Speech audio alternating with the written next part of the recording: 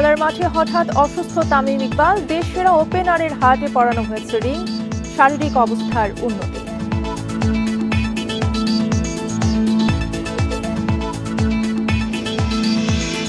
প্রতারণার মামলায় ক্রিকেটার সাকিবের সম্পদ জব্দের নির্দেশ, সোয়া 4 কোটি টাকার চেক জালিয়াতির অভিযোগ।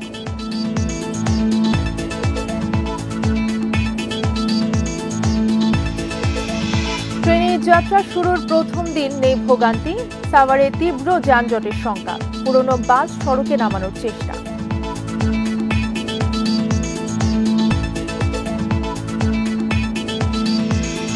চট্টগ্রামে অবৈধ অস্ত্র কারবারি চক্রে রাজনৈতিক কর্মী, ব্যবসায়ী ও পুলিশ, অভ্যুত্থানের পর লুট হওয়া অস্ত্র বিক্রি।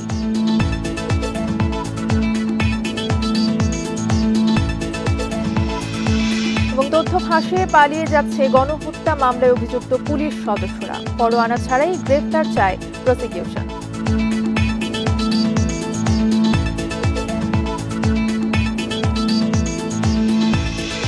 স্বাগত বিরতিহীন সংবাদ দুপুরে, সঙ্গে আছি তাসনিমে জান্নাত অর্থী। শিরোনাম শুনছিলেন, এবারে পুরো খবর। সাভারের বিকেএসপিতে ঢাকা প্রিমিয়ার লিগের ম্যাচ খেলতে নেমে হঠাৎ অসুস্থ তামিম ইকবাল, ভর্তি করা হয়েছে গাজীপুরের কেপিজে হাসপাতালের আইসিইউতে। এনজিওগ্রামে তার হার্টে ব্লক ধরা পড়েছে, পরানো হয়েছে একটি রিং। শারীরিক অবস্থার কিছুটা উন্নতির কথা জানিয়েছেন চিকিৎসকরা। তামিমের দল মোহামেডানের ম্যানেজার তরিকুল ইসলাম জানান, তাকে ঢাকায় আনার সিদ্ধান্ত হলেও হেলিকপ্টারে নেয়ার মতো অবস্থার উন্নতি না হওয়ায় কেপিজে হাসপাতালেই চিকিৎসা দেওয়া হচ্ছে। বিকেএসপির 3 নম্বর মাঠে মোহামেডানের হয়ে শাইনপুকুরের বিপক্ষে খেলতে নেমেছিলেন তামিম। টসের পর হঠাৎ বুকে ব্যথা অনুভব করায় তামিমকে বিকেএসপিতেই প্রাথমিক চিকিৎসা দেওয়া হয়। অবস্থা ভালো না হওয়ায় নেওয়া হয় হাসপাতালে। তামিমের অসুস্থতার খবর শুনে পরিবারের সদস্য ছাড়াও বিসিবি সভাপতি ও পরিচালকের অনেকেই হাসপাতালে ছুটে যান। এই ঈদে জামা জুতো অ্যাক্সেসরিজের ডিসকাউন্ট।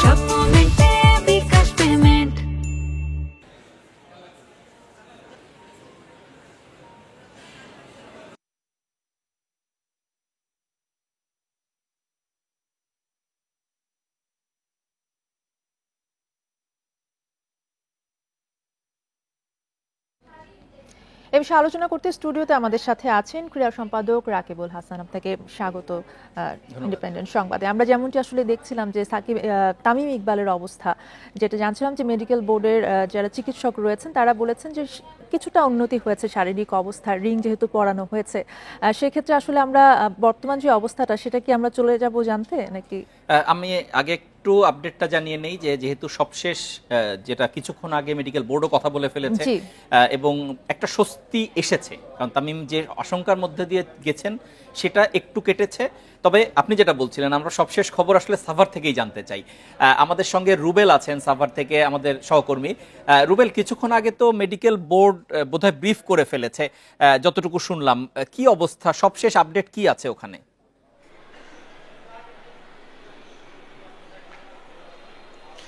দেখুন, এখন থেকে ঠিক 5 থেকে 7 মিনিট আগে এই কেপিজে ঢাকা হসপিটালের যিনি পরিচালক রয়েছেন ডাক্তার রাজীব, তিনি কিন্তু আনুষ্ঠানিকভাবে তামিম ইকবালের শারীরিক অবস্থা নিয়ে ব্রিফ করে কিন্তু তিনি কিছু তথ্য দিয়েছেন। তিনি বলেছেন তামিমের শুরুর দিকে যে ধরনের ক্রিটিক্যাল অবস্থা ছিলেন বা যে ধরনের আশঙ্কাজনক অবস্থা ছিলেন, তিনি কিন্তু আমাদেরকে প্রাথমিকভাবে এখন জানিয়েছেন তিনি অনেকটাই এখন স্থিতিশীল অবস্থায় রয়েছেন এবং তামিমের যে হার্টে যে শতভাগ একটি ব্লক ধরা পড়েছিল সেখানে কিন্তু ইতিমধ্যে একটি রিং পরানো হয়েছে এবং সেই রিংটি তিনি আমাদেরকে জানিয়েছেন যে একদম সফলভাবে পরানো সম্ভব হয়েছে। তিনি আশাবাদী যে তামিম খুব দ্রুততম সময়ের মধ্যে এই স্থিতিশীল অবস্থা থেকে রিকভার করবে এবং তিনি সুস্থ হবেন এবং তিনি দেশবাসী সহ সবার কাছে কিন্তু তামিমের শারীরিক অবস্থার জন্য কিন্তু দোয়া প্রার্থনা করেছেন। এবং এর আগে তামিমের যে প্রাথমিক যে চিকিৎসাটা বিকেএসপি হাসপাতাল বা সংশ্লিষ্ট যারা ছিলেন তারা কিন্তু তামিমকে দ্রুততম সময়ের মধ্যে হাসপাতালে আনতে পেরেছিলেন বলে তিনি বলছেন যে তামিমকে এত দ্রুত সময়ের মধ্যে তারা রিং পরিয়ে কিন্তু তারা অনেকটা সফলতার দিকে এগিয়ে যেতে পেরেছেন বলে তিনি কিন্তু জানিয়েছেন। এবং তিনি বলছেন যে তামিমকে এখন পর্যন্ত এখানেই রাখা হচ্ছে, এখানেই তার চিকিৎসা চলবে পরবর্তীতে যদি তামিমের কোনো ধরনের উন্নত চিকিৎসার প্রয়োজন হয় সেক্ষেত্রে কিন্তু মেডিকেল যে বোর্ড রয়েছে এবং তামিমের স্বজন এবং যারা এই যে বিসিবির যে কর্তা ব্যক্তিরা রয়েছে সম্মিলিত সিদ্ধান্তের বিষয়ে কিন্তু তারা পরবর্তী যে সিদ্ধান্তগুলো রয়েছে সেগুলো নেবে। এবং এই যে সংবাদ সম্মেলনটি হয়েছে এখানে কিন্তু ডাক্তার রাজীব তাদের পক্ষ থেকে যে ধরনের তথ্যটি ছিল সেই তথ্যগুলোই কিন্তু গণমাধ্যম কর্মীদের মাধ্যমে কিন্তু দেশবাসীর কাছে তারা জানানোর চেষ্টা করেছে। তারা এই সংবাদ সম্মেলনে তারা কিন্তু কোনো ধরনের প্রশ্ন নেয়নি। তারা বলেছেন পরবর্তীতে যে কোনো ধরনের এই ঘটনার তামিম ইকবালের শারীরিক অবস্থার যে কোনো বিষয়ে তারা কিন্তু নির্দিষ্ট সময় পরে ব্রিফিং করে দেশবাসীর কাছে তারা গণমাধ্যম কর্মীদের মাধ্যমে জানাবেন বলে আমাদেরকে এই ডাক্তার রাজীব, যিনি কেপিজি ঢাকা হাসপাতালের পরিচালক রয়েছে, তিনি আমাদেরকে জানিয়েছেন। আচ্ছা রুবেল, আরেকটা বিষয় একটু জানতে চাই। বিকেএসপিতে যখন শুরু হলো, আপনার তো কথা হয়েছিল, একটা কথা হয়েছে তিনি দুবার হার্ট অ্যাটাকের শিকার হয়েছেন, প্রথমে একটা মাইল্ড যেটা ছিল এবং পরে সেটা সিভিয়ার আকার ধারণ করে। তো আপনি এই বিষয়ে কি ওখানকার চিকিৎসক কি বলেছিলেন?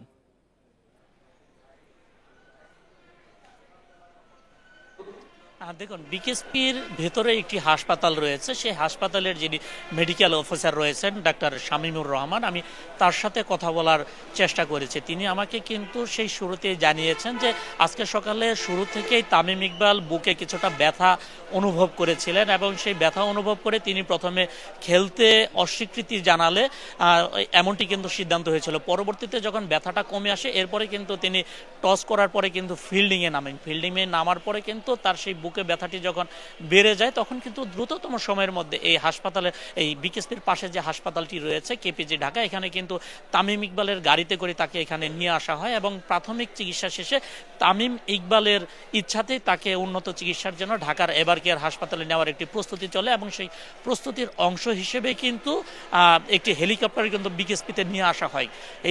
সেই হেলিকপ্টার যোগে তিনি যখন এভার কেয়ার হাসপাতালে যাবেন তারই অংশ হিসেবে এই হাসপাতাল থেকে তাকে যখন বিকেএসপিতে নিয়ে যাওয়া হয় তখন কিন্তু তার শারীরিক অবস্থা অবনতি হয় এবং তিনি কিন্তু জ্ঞান হারিয়ে ফেলেন। তারপরে কিন্তু তাকে 15 থেকে 20 মিনিট বিকেএসপির যে চিকিৎসকরা রয়েছেন এবং এই কেপিজি ঢাকার যে চিকিৎসকরা রয়েছেন তাকে কিন্তু 15 থেকে 20 মিনিট সিপিআর দেওয়ার পরে তার কিন্তু জ্ঞান কিছুটা ফিরে আসে। এরপরে কিন্তু তার উন্নত চিকিৎসাগুলো চলেছে এবং চিকিৎসকরা আমাদেরকে জানিয়েছেন, তারা কিন্তু বলেছিলেন যে তামিমের সবশেষ যে মেজর যে অ্যাটাকটি সেটি করেছিলেন এবং তার একটি ব্লকে শতভাগ তারা ব্লক পেয়েছিলেন। এরপরে কিন্তু তারা সেই তামিমের উন্নত চিকিৎসার জন্য এখানে তারা সিদ্ধান্তে পৌঁছে তারা কিন্তু দ্রুততম সময়ের মধ্যে তামিমের চিকিৎসা শুরু করেন।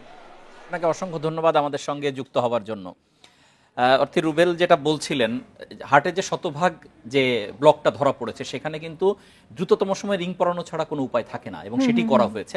এখন একটা বিষয় থাকে যে যখন শতভাগ ব্লক থাকে তখন ওই রিংটা অনেক সময় সাকসেসফুল না হওয়ার একটা ঝুঁকি থাকে, যে একেবারে ওটা মানে পারফেক্টলি কাজ করবে কিনা।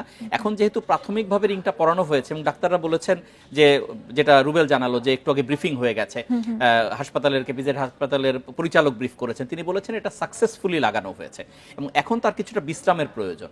এবং যেটা হতে পারে যে এখন যে চিকিৎসার মধ্যে দিয়ে তামিম ইকবাল যাচ্ছেন ওখানেই চিকিৎসাটা হলো, এরপর তিনি ফিরে এসে হয়তোবা তিনি ডেফিনেটলি দেশের বাইরে যে এটা উন্নত চিকিৎসার দিকে যাবেন। কিন্তু প্রাথমিক যে সময়টা, যেটা বিকেএসপির যে হাসপাতাল এবং এই যে হাসপাতালে উনি এখন ভর্তি আছেন, এই দুই জায়গার তড়িৎ সিদ্ধান্তের কারণেই কিন্তু এই মানে এই বিষয়টা সার্ভাইভাল হয়ে গেল, তা না হলে কিন্তু অনেক বড় বিপর্যয়ের একটা আশঙ্কা থেকেই যেত। কিন্তু আরেকটা বিষয় একটু বলতে চাই যে যেহেতু আমরা জেনেছি যে চিকিৎসকরাই জানিয়েছে শারীরিক অবস্থার কিছুটা উন্নতি হয়েছে, তাতে কিন্তু স্বস্তি ফিরে এসেছে সবার মাঝে, কিন্তু তারপরেও পরপর খুব অল্প সময়ের ব্যবধানে দুটো হার্ট অ্যাটাক, এটা কিন্তু অনেক আশঙ্কাজনক বলছেন।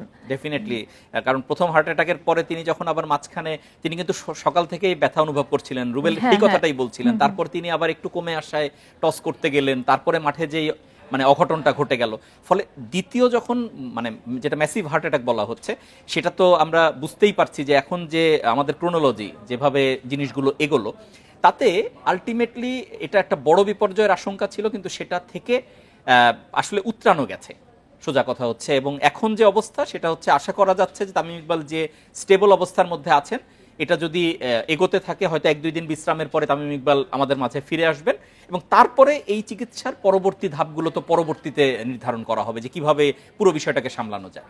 জি, আপনাকে অসংখ্য ধন্যবাদ আমাদের সাথে যুক্ত হওয়ার জন্য। প্রায় 4,15,00,000 টাকার চেক ডিসঅনারের অভিযোগে মামলায় ক্রিকেটার সাকিব আল হাসানের সম্পদ জব্দের আদেশ দিয়েছেন আদালত। দুপুরে ঢাকার অতিরিক্ত মেট্রোপলিটন ম্যাজিস্ট্রেট জিয়াদুর রহমানের আদালত এই আদেশ দেন। এর আগে সাকিব আল হাসানের সব ব্যাংক হিসাব জব্দ করে Bangladesh financial intelligence unit BFIU। পুঁজিবাজারে কারসাজি এবং আর্থিক অনিয়ম খতিয়ে দেখতে গত বছরের 2 অক্টোবর সাকিব, তার স্ত্রী উম্মে আহমেদ শিশির এবং তাদের ব্যবসায়িক প্রতিষ্ঠানের ব্যাংক হিসাবের তথ্য তলব করে সংস্থাটি। তদন্ত শেষে সরকারের নির্দেশে BFIU তার সব ব্যাংক হিসাব জব্দ করে। দ্বাদশ জাতীয় সংসদ নির্বাচনে মাগুরা 1 আসন থেকে আওয়ামী লীগের হয়ে সংসদ সদস্য নির্বাচিত হন সাকিব আল হাসান। 5 আগস্ট শেখ হাসিনার সরকার পতনের পর আদাবর থানার হত্যা মামলার আসামি করা হয় তাকে।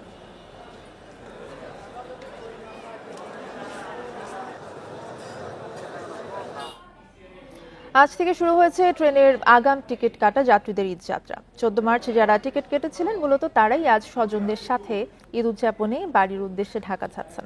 সকাল থেকে কমলাপুর রেলওয়ে স্টেশনে রয়েছে যাত্রীদের ভিড়। ট্রেনের জন্য প্ল্যাটফর্মে অপেক্ষা করতে দেখা যায় অনেককে, তবে সময় মতো ট্রেন ছাড়ায় কোনো ভোগান্তি নেই। ভিড় স্বাভাবিক থাকায় যাত্রাও স্বস্তিদায়ক বলছে যাত্রীরা। ট্রেনে ঈদ যাত্রা চলবে 31 মার্চ পর্যন্ত। এদিকে রাজধানীর বাস টার্মিনালগুলোতেও দেখা গেছে যাত্রীদের ভিড়। দুর্ভোগ এড়াতে আগে ভাগেই বাড়িতে যাচ্ছেন অনেকে। কর্তৃপক্ষ বলছে বৃহস্পতিবার শেষ কর্মদিবস থেকে মূলত শুরু হবে ঈদ যাত্রা। এদিকে টিকিট কালোবাজারি এবং বাড়তি ভাড়া আদায় রোধে টার্মিনালগুলোতে পর্যবেক্ষণ দল থাকবে বলে জানিয়েছে মন্ত্রণালয়। একটু কষ্টই তো, ছোট বাচ্চা তো কি আর করা, যেতে হয়, আপনজন যেহেতু আছে বাড়িতে যেতে হয়। অনেক ভালো লাগতেছে। আর এত ফাঁকা, আমি অবাক হয়ে গেছি যে এত ফাঁকা জীবনে প্রথম দেখলাম আর কি। এত ফাঁকা কোনো সময় থাকে না। যেহেতু অগ্রিম টিকিট কাটতে হয়, এই কারণেই শেষের দিকে গেলে বেশ ঝক্কি ঝামেলা পোহাতে হয় আর কি। তাই একটু আগে ভাগে টিকিট সংগ্রহ করার তাগিদা থেকেই প্রথম দিনই আমরা পেয়েছি, এটা ভালো লাগছে। পরিবার নিয়ে আগে যাওয়ার কারণ হচ্ছে বাচ্চা, ছোট বাচ্চারা আছে, আর ঈদের একদম শেষ মুহূর্তে গেলে দেখা যাচ্ছে ট্রেনের টিকিট পেতেও সমস্যা হয়। এবারে ঈদ যাত্রায় লাইসেন্সবিহীন চালক ও ফিটনেসবিহীন গাড়ি যাত্রী পরিবহন করতে পারবে না। কেউ নিষেধাজ্ঞা অমান্য করলে প্রয়োজনীয় ব্যবস্থা নেওয়ার হুঁশিয়ারি দিয়েছে সড়ক পরিবহন মালিক সমিতি ও সড়ক পরিবহন শ্রমিক ফেডারেশন। সকালে জাতীয় প্রেস ক্লাবে যৌথ সংবাদ সম্মেলনে হুঁশিয়ারি দেওয়া হয়। এ সময় সংগঠন দুটির পক্ষ থেকে 10 দফা দাবিও তুলে ধরেন নেতারা। বলেন, ঈদে সড়কে চুরি, ডাকাতি, ছিনতাই বেড়ে যায়। আইন শৃঙ্খলা বাহিনীকে যাত্রীদের নিরাপত্তা নিশ্চিতে সতর্ক অবস্থানে থাকার তাগিদ দেন তারা। ঈদের আগের 5 দিন এবং পরের কয়েকদিন টহল জোরদারের দাবি জানান। কোথাও অতিরিক্ত ভাড়া আদায় হলে যাত্রীদের টার্মিনালের হেল্প ডেস্কে জানানোর আহ্বান জানান। ঈদ যাত্রায় সংগঠনের নামে কেউ চাঁদাবাজি করলে তাদের বিরুদ্ধে আইনি ব্যবস্থা নেয়ারও আহ্বান জানায় মালিক সমিতি এবং শ্রমিক ফেডারেশন। গন্তব্যে পৌঁছানোর জন্য, নিরাপত্তার সাথে পৌঁছানোর জন্য আমরা 24 ঘন্টা সার্ভিস দিয়ে যাচ্ছি। বিনিয়োগ আমাদের, গাড়ি আমাদের, শ্রমিক আমাদের, নেতৃত্ব আমাদের।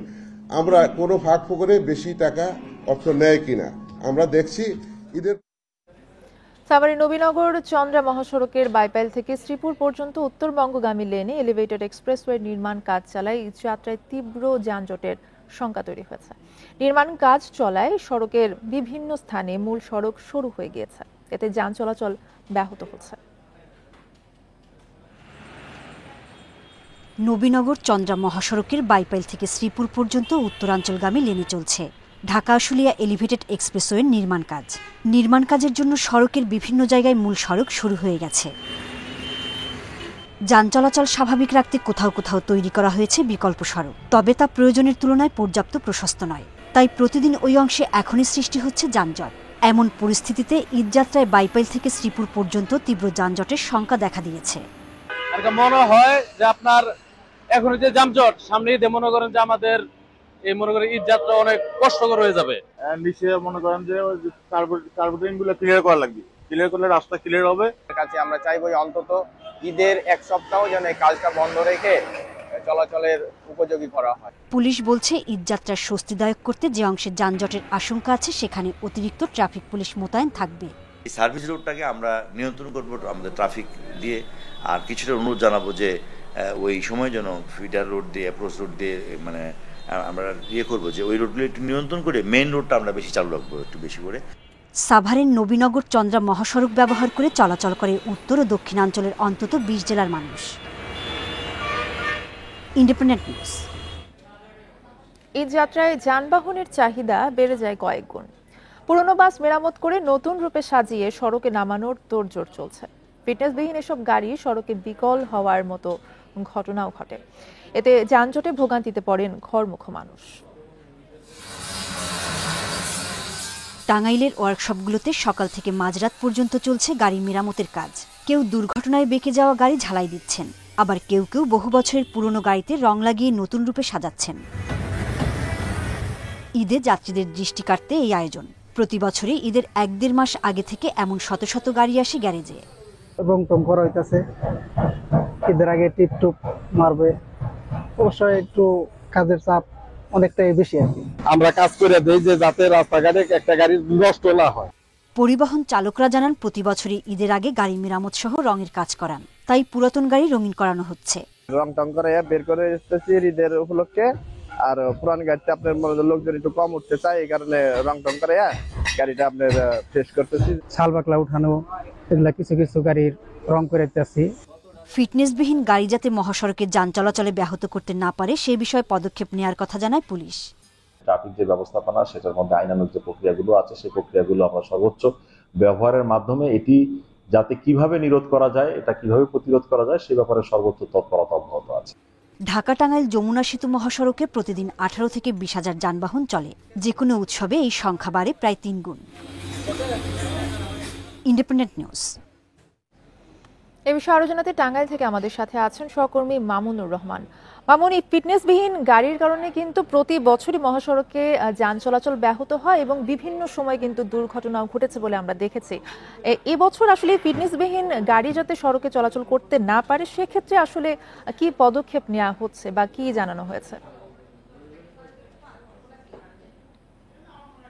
এই ফিটনেসবিহীন যানবাহন যাতে মহাসড়কে না আসে এর জন্য দেখভালের দায়িত্ব কিন্তু বিআরটি এর। তাদের খুব বেশি তৎপরতা আমরা দেখিনি, তবে পুলিশের পক্ষ থেকে আমরা বিভিন্ন সময় তাদের তৎপরতা দেখেছি।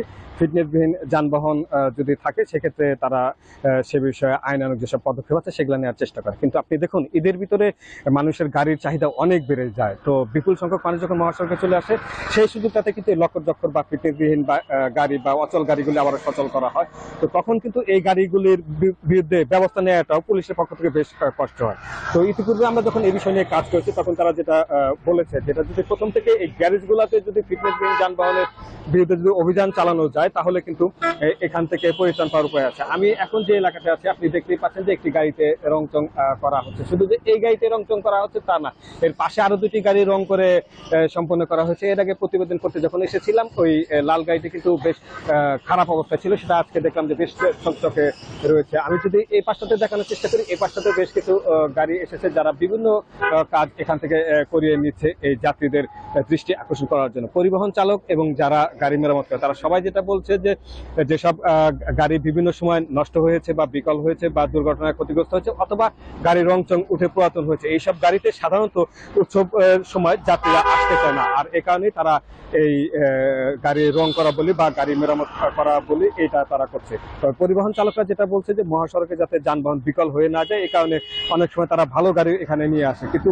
আমরা এই গ্যারেজগুলোতে যেসব গাড়ি দেখেছি এইসব অধিকাংশ গাড়ি বাইরে থেকে দেখতে অনেকটাই অকার্যকর বলে মনে হয়েছে। তবে ফিটনেসের বিষয়ে কাগজপত্রগুলি আমরা দেখতে চাইনি বা এই বিষয়ে তাদের সাথে আমাদের কথাও হয়নি। তবে 2-1 সাথে কথা বলে যেটুকু বুঝতে পেরেছি তাদের অনেক গাড়িরই ফিটনেসের সার্টিফিকেট নেই। এর সাথে আরেকটি কথা বলি, গত বছর যমুনা সেতুতে অন্তত 50 বার গাড়ি বিকল হয়েছে শুধু সেতুর উপরে, এবং সেতু কর্তৃপক্ষের কাছ থেকে সে সময় আমরা যেসব তথ্য জানতে পেরেছিলাম এর ভিতরে অধিকাংশ গাড়ি ফিটনেস ছিল না। এবং এই যে যান চলাচল ব্যাহত হচ্ছে যে সেটা নিরসনে আসলে কাজ চলবে বলে আমরা আশাবাদী। আপনাকে ধন্যবাদ। মামুনুর রহমান জানাচ্ছিলেন টাঙ্গাইল থেকে। বর্তমান নির্বাচন কমিশনের অধীনে সুষ্ঠু নির্বাচনের আশা জানিয়েছেন জাতীয় গণতান্ত্রিক পার্টি জাকবার চেয়ারম্যান তাসমিয়া প্রধান। সকালে দলের নিবন্ধন ফিরে পাওয়ার পর নির্বাচন কমিশনের সাথে সৌজন্য সাক্ষাৎ শেষে এই আশা প্রকাশ করেন তিনি। আমরা চাই সুষ্ঠু, অবাধ, নিরপেক্ষ একটা নির্বাচন, ভারতীয় প্রভাব মুক্ত একটা নির্বাচন, যেই নির্বাচন গত 16 বছরে অনেকবার আমরা দেখেছি যে বাইরের হস্তক্ষেপ হয়েছে। এরকম এই নির্বাচন, সামনের নির্বাচনটা এরকম হবে না, এটা আমরা বিশ্বাস করি।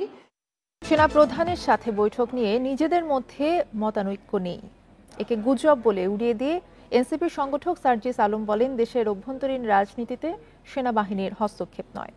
সকালে সৈয়দপুর বিমানবন্দরে সাংবাদিকদের প্রশ্নের জবাবে তিনি বলেন, দেশের প্রতি দায়বদ্ধতা থেকে সেনাবাহিনীকে দায়িত্ব পালন করতে হবে। এ সময় তিনি রিফাইন্ড আওয়ামী লীগ বা অন্য নামে আওয়ামী লীগকে ফিরিয়ে আনার চেষ্টা মেনে নেওয়া হবে না বলেও মন্তব্য করেন।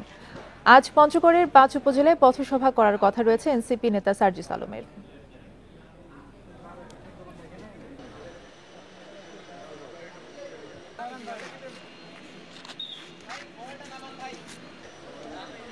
এই বাংলাদেশে আর কেউ যেন আওয়ামী লীগের যে কোনো ভার্সনের গল্প না শোনায়, এক।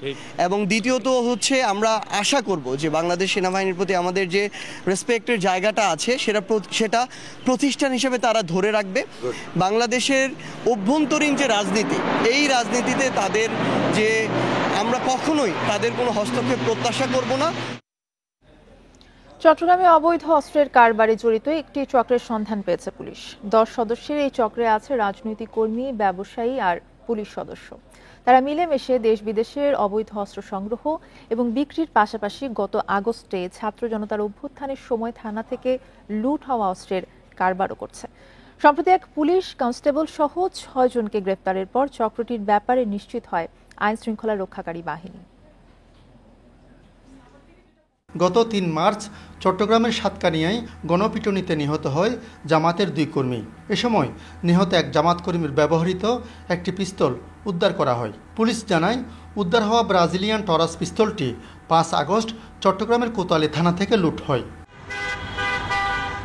পুলিশ এই অস্ত্র লুটের বিষয়টি তদন্ত করতে গিয়ে সন্ধান পায় অন্তত 10 জনের অস্ত্র চোরাচালান চক্রের।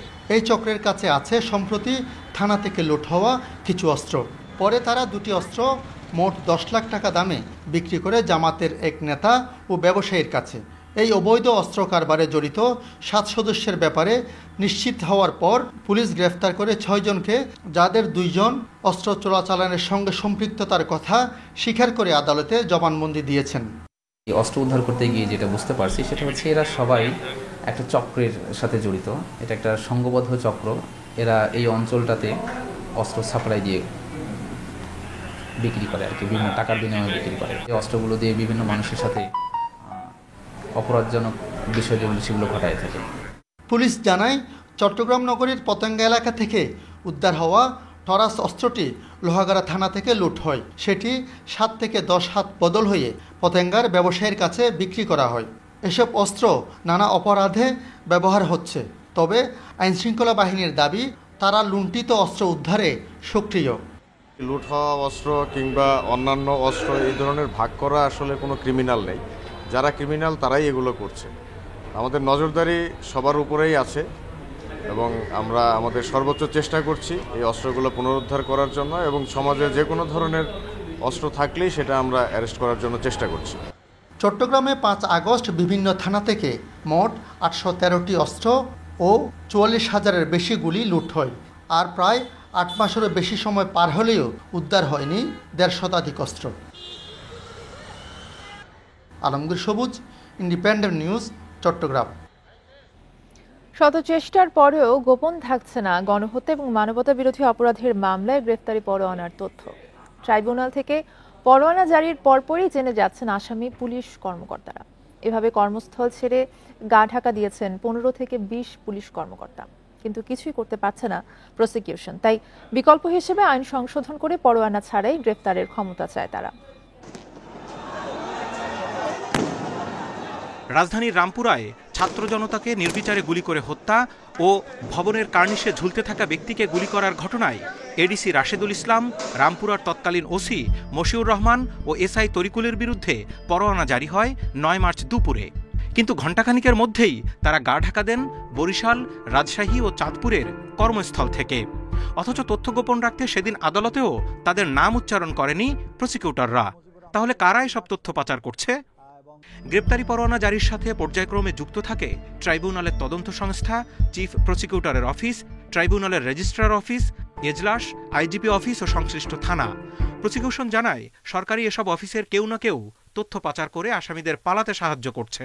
জুলাই অগস্ট গণহত্যার ম্যাক্সিমাম আসামি হলো আইনশৃঙ্খলা বাহিনীর সদস্য। আর আমার এই যে প্রসেসটা দেখছেন, এর মধ্যে 80% প্রসেসটাই হচ্ছে আইন শৃঙ্খলা বাহিনীর সদস্যদের হাত ধরে। কোনো না কোনোভাবেই তাদের সাথে একটা সম্পর্ক থাকতে পারে, থাকাটাই স্বাভাবিক, সাবেক কলিগ। তো এরকম ক্ষেত্রেই দেখা যাচ্ছে যে কোনো না কোনোভাবে আইন শৃঙ্খলা বাহিনীর সদস্য যারা আমাদের আসামি আছে তারা আগে থেকে ইনফর্ম হয়ে যাচ্ছে, অথবা জাস্ট ওয়ারেন্ট হওয়ার সাথে সাথে ইনফর্ম হচ্ছে। আমাদের পক্ষ থেকে যতটুকু করা সম্ভব নিশ্ছিদ্র করা, সেটার কাজও আমরা করে যাচ্ছি, চেষ্টা করে যাচ্ছি। এবং আমরা আগের মতোই বলছি যে অনেক কিছুই আমাদের নিয়ন্ত্রণের মধ্যে নেই, সে কারণে আমরা অনেক কিছু রোধ করতে পারি না। তারপরেও আমাদের সর্বাত্মক চেষ্টা আছে যাতে এটা প্রকাশিত না হয়। এ অবস্থায় থানা পুলিশের মতো আদালতের পরোয়ানা ছাড়াই আসামি গ্রেপ্তারের ক্ষমতা পেতে ট্রাইব্যুনাল আইনের 6 ও 9 ধারা সংশোধনের উদ্যোগ নেওয়া হচ্ছে। বিধি অনুসারে ট্রাইব্যুনালে গ্রেপ্তারি পরোয়ানা প্রয়োজন হয়, সেক্ষেত্রে রুল 6 সংশোধন যদি আমরা করি, ট্রাইব্যুনালে গ্রেপ্তারি পরোয়ানার প্রয়োজন নাই, সেক্ষেত্রে আমরা তদন্ত সংস্থা বা প্রসিকিউটর আমরা ইচ্ছা করলে তাদেরকে গ্রেপ্তার করতে পারবো। ট্রাইব্যুনালের 23 মামলায় এখন পর্যন্ত 145 জনের বিরুদ্ধে গ্রেপ্তারি পরোয়ানা জারি করেছে আন্তর্জাতিক অপরাধ ট্রাইব্যুনাল। এর মধ্যে 94 জনকেই গ্রেপ্তার করা যায়নি। Zahidul Bashar, Independent News, Dhaka. রাজধানী কল্যাণপুরে জঙ্গি সাজিয়ে 9 তরুণকে হত্যার অভিযোগে সাবেক আইজিপি শহীদুল হক সহ 3 জনকে গ্রেপ্তার দেখিয়ে কারাগারে পাঠিয়েছে ট্রাইব্যুনাল। দুপুরে আদেশ দেয় ট্রাইব্যুনাল। মামলার নথি থেকে জানা যায় 2016 সালে রাজধানীর কল্যাণপুরে জাহাজ বিল্ডিংয়ে কথিত জঙ্গি আস্তানায় অভিযানের নামে 9 জনকে হত্যার ঘটনায় মামলা করা হয়। সাবেক আইজিপি শহীদুল হক ছাড়া মামলার অন্য আসামিরা হলেন সাবেক ডিএমপি কমিশনার আসাদুজ্জামান মিয়া ও সাবেক ডিসি জসিমউদ্দিন মোল্লা। এর আগে সকালে মানবতা বিরোধী অপরাধের 2 মামলায় 6 পুলিশ কর্মকর্তাকে ট্রাইব্যুনালে হাজির করা হয়। তাদের মধ্যে রয়েছেন রামপুরায় কার্নিশে ঝুলন্ত তরুণকে দফায় দফায় গুলির ঘটনায় অভিযুক্ত এসি রাজন কুমার সহ 2 জন এবং গাবতলী এলাকায় হত্যার ঘটনায় এসি এসএম ময়নুল ইসলাম। এটা একটা মানবতা বিরোধী অপরাধ হিসাবে গণ্য করে এর বিরুদ্ধে তদন্ত শুরু হয়েছে। তদন্তর প্রক্রিয়ার কাজ চলছে। অনেক সাক্ষী আমরা ইতিমধ্যে পেয়েছি। আগামী কত তারিখ, 7ই মে তারিখে এটা পরবর্তী তারিখ ধার্য করা হয়েছে। রাজধানীর যাত্রাবাড়ী থানায় দায়ের করা ওবায়দুল হত্যা মামলায় সাবেক প্রতিমন্ত্রী জুনায়েদ আহমেদ পলকের আরও 4 দিনের রিমান্ড মঞ্জুর করেছেন আদালত। পাশাপাশি সাবেক মন্ত্রী কামরুল ইসলাম সহ 4 জনকে বিভিন্ন মামলায় গ্রেফতার দেখানো হয়েছে। সকালে ঢাকার মেট্রোপলিটন ম্যাজিস্ট্রেট জিএম ফারহান ইশতিয়াকের আদালত এই আদেশ দেন। এর আগে পলককে আদালতে হাজির করে 7 দিনের রিমান্ড আবেদন করেন তদন্ত কর্মকর্তা। শুনানি শেষে 4 দিনের রিমান্ড মঞ্জুর হয়। এদিকে যাত্রাবাড়ী থানার 2টি হত্যা মামলায় পলক, রামপুরা থানার হত্যা মামলায় সাবেক মন্ত্রী কামরুল, বাড্ডা থানার মামলায় সাবেক মেয়র আতিকুল এবং গুলশান ও রামপুরা থানার আলাদা মামলায় সাবেক প্রতিমন্ত্রী কামাল মজুমদারকে নতুন করে গ্রেফতার দেখানো হয়েছে।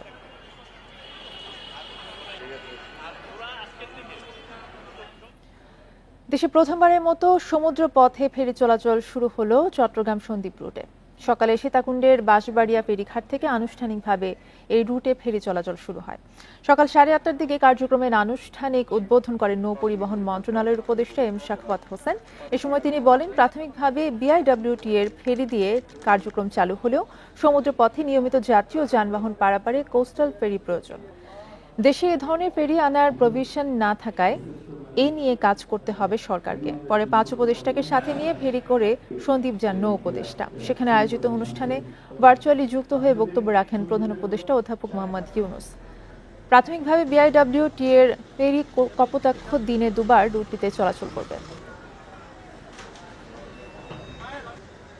এটা কিন্তু টেম্পোরারি, হয়তো 2 মাস পরে আমাকে এখানে সি ট্রাক দিতে হবে, সি ট্রাকও টেম্পোরারি হবে। এর মধ্যে আমাদেরকে কোস্টাল ফেরি আনতে হবে। বাংলাদেশে কোস্টাল ফেরির কোনো প্রভিশন নাই এবং আনতে হবে আমাকে যত তাড়াতাড়ি সম্ভব। এবং কোস্টাল ফেরি ছাড়া সন্দ্বীপে এখানে আমি রেগুলার দিতে পারবো না, কারণ এটা অনেক অ্যাক্সিডেন্টাল প্রবণ জায়গা হয়ে যাবে। এই ছিল বিরতিহীন সংবাদ দুপুরে। ইন্ডিপেন্ডেন্ট টেলিভিশনের আরও খবর জানতে চোখ রাখুন ফেসবুক, ইউটিউব এবং এক্সে। সাথে থাকায় ধন্যবাদ সবাইকে।